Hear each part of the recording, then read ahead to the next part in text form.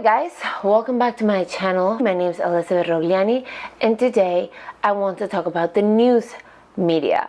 But before I get started, I want to gently invite you to subscribe and to like this video, show some love. And I'll also invite you to go check out my other social media platforms, Instagram, Parler, and Twitter. Now, without further ado, let's talk about the corporate media. Recently, a very well-known CNN international reporter, Christiane Amanpour, compared Trump to Hitler and his policies to that of the Nazis. You know, the Nazis, the Nationalist Socialist Party. This week, 82 years ago, Kristallnacht happened. It was the Nazis' warning shot across the bow of our human civilization that led to genocide against a whole identity, and in that tower of burning books, it led to an attack on fact, knowledge, history, and truth. After 4 years of a modern-day assault on those same values by Donald Trump, the Biden-Harris team pledges a return to norms. I feel like the progressive left lives on some sort of parallel universe where they twist reality to conform to what they want. Very Orwellian of them, very 1984. Now, Christiane was reminiscing about Kristallnacht, and I'm sorry if you speak German and I'm mispronouncing that, known in English as the Night of the Broken Glass, a historic night where the Jewish were attacked by the Nazis. I won't go into too much detail, but yes, Christiane was comparing that to the policies of Donald Trump. What I can't quite understand is how Trump is similar to a Nazi.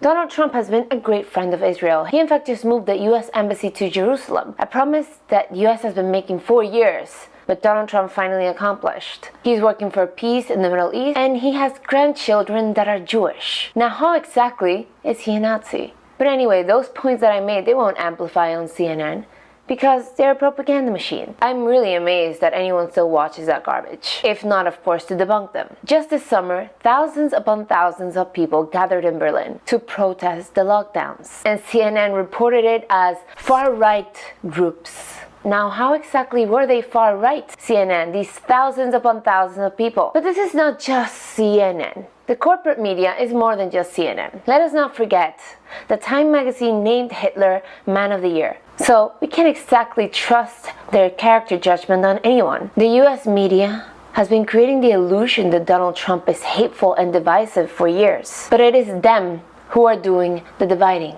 Sadly, a lot of people believe them. Now let's switch to another news outlet, the golden standard of journalism, the New York Times. First, has anyone wondered why the conversation of white supremacy and the KKK has grown in the United States in the past few years? Is it because the KKK has grown in membership in the last 10 years? Is it because there are more white supremacists running around? Is it because racism has become worse in the last 10 years? I'm going to venture to answer no to all three of those questions. But the media is definitely fanning the flames, and they might be creating a monster because it's profitable. The New York Times specifically has done a great deal to create division. See how the usage of the word racism and white privilege has increased since 2010, has skyrocketed really. That's because old outlets like the New York Times were dying, and they realized shock content got more clicks. It was all about keeping people consuming their content. As I said, shock value and division gets more views and more clicks. Now you have convinced a bunch of people to go around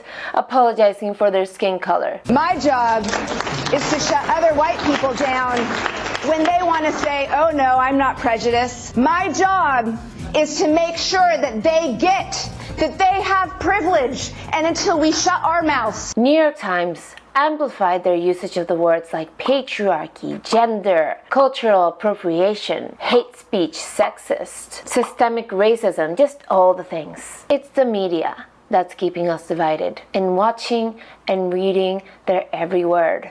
If a civil war were to explode, they would fan the flames because it would be profitable for them. Right now, most of the networks, except for a few, are gaslighting people, telling them to shut up, that they're crazy for questioning things, questioning an election that has not been normal. To shut up, listen to us, they say. Don't believe what you see with your own eyes, believe us. Trust me, not your lying senses. Cars on fire? Peaceful protest. Buildings on fire?